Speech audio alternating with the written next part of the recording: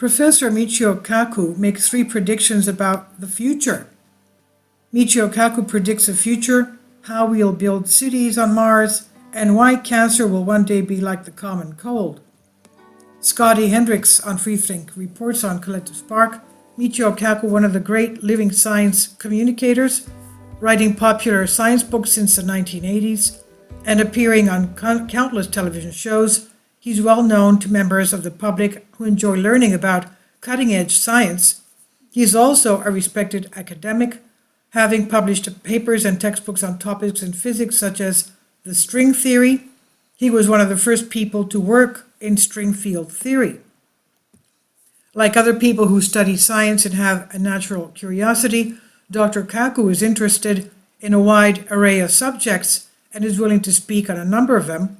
Kaku sat down with Freethink sister site Big Think to discuss the shape of things to come in space travel, neuroscience, and even medicine, how humanity will become an interplanetary species.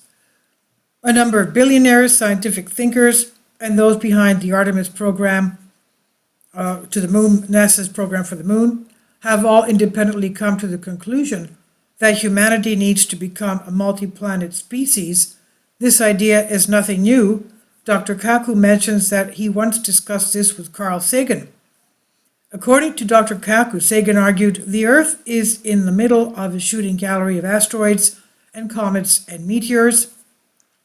It's inevitable that we will be hit with a planet buster, something like what hit the dinosaurs 65 million years ago. We need an insurance policy, Sagan said. Let's also remember this is a prophecy in the book of Revelation. Dr. Kaku, like Carl Sagan, does not think that sending everybody to Mars or Proxima Centauri b is necessary or even feasible.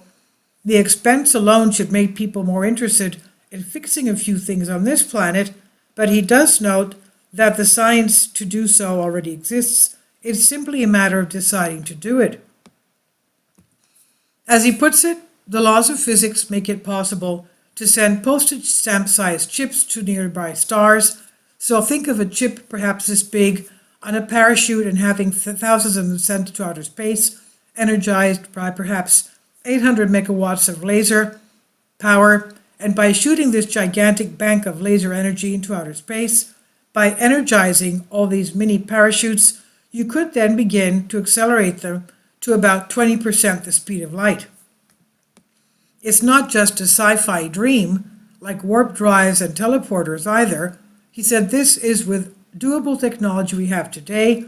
It's just a question of engineering. It's a question of political will and economics, but there's no physics. There's no laws of physics preventing you from shooting these chips to 20% of the speed of light, he said. Given the money, level of engagement from both government and private sources, and the vision existing behind some of the ideas being put forward, Dr. Kaku suggests that we are about to move into a golden era of space exploration. Of course, he's also particular about the problems that we would face if we tried to move 1 million people to Mars tomorrow. For example, he notes that few people ever seem to explain how to provide housing for 1 million people on Mars, or how they would go about getting the tools required to build that housing there at all. He suggests the answer might be to rely on self-replicating robots, but that does require inventing them first. We will expand the brain's capabilities. Over the last few decades, there has been the unnoticed but continuous effort to improve the human body by getting it to work with computers and even to replace the body parts that stop working with machines. Dr. Kaku mentions his friend and colleague, the late Stephen Hawking, as an example. Dr. Hawking's ability to speak was fully destroyed by a severe case of pneumonia in 1985. However, millions around the world know Dr. Hawking from appearances that feature him speaking with the help of a computer. While the computer generating the speech was initially controlled by hand, later declines in Dr. Hawking's mobility led to the development of systems that could scan his facial expressions and brain patterns into choices on the computer screen. The enormous implications of this technology are easy to miss, but Dr. Kaku sums it up so we can now have telepathy. Given the progress in making computer chips cheaper, smaller, and faster, known as Moore's Law, Dr. Kaku suggests that it's likely only a matter of time before we have access to inexpensive computers elsewhere, everywhere, all the time, including integrated with our persons. He provides an image of a brave new world of high technology. Quote, and who are the first people to buy internet contact lenses? College students taking final examinations. They will blink and see all the answers to my exam right there in their contact lens. You know, Dr. Kaku has a tremendous sense of humor, obviously. And this could be very useful if you're at a cocktail party and there's some very important people that were there who could influence your future, but you don't know who they are. In the future, you'll know exactly who to suck up to at any cocktail party. On a blind date, they could be great because, of course, your blind date could say that he's single, he's rich, he's successful, but your contact lens says that he pays child support. He pays child support, that he's 3 times divorced, and the guy is a total loser, end quote. Well, this might sound a touch like something out of Black Mirror. Dr. Kaku seems upbeat about it. Kaku is interested in a wide range of subjects, from spaceflight to neuroscience. He says we will defeat cancer. Exactly how scary of a diagnosis cancer is, and has been for most of human history, is difficult to fully grasp if you haven't been there. It was within living memory that the policy of most hospitals was not to tell people who were dying of cancer how bad their condition was, a fate that befell Minnesota Governor Floyd Olson because it was so grim and so little could be done. Despite still not having found a cure for cancer, treatments that exist today are incalculably better than those which existed a few decades ago. Even with all the improvements in treatment and patient outlook, in many cases, a number of cancers are still not very treatable. Pancreatic cancer, for example, has a 5-year survival rate of 16% when it's not treatable by surgery.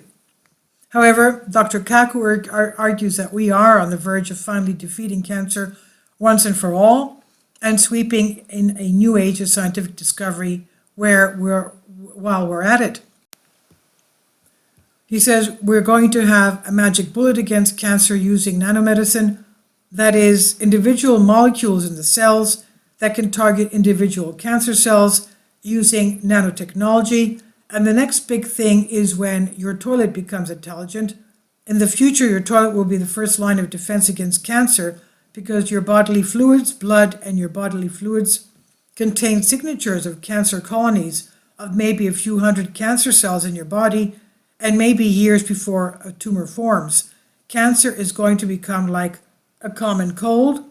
That is, we live with a common cold. It does not really kill anybody except maybe if you have pneumonia. It's always fun to consider where science and progress might take us. If Dr. Kaku is correct, it's likely a series of places we will all be better for visiting. So this is from Collective Spark. It's by Scotty Hendricks Freethink. Please leave your comments, and thank you for your support. Kindly support my Patreon account. The daily posts are 5 videos daily, and they are totally different from what I have on my YouTube channel. Thank you so much for your support and that you find all my content so interesting. You'll find the Patreon account details in the description box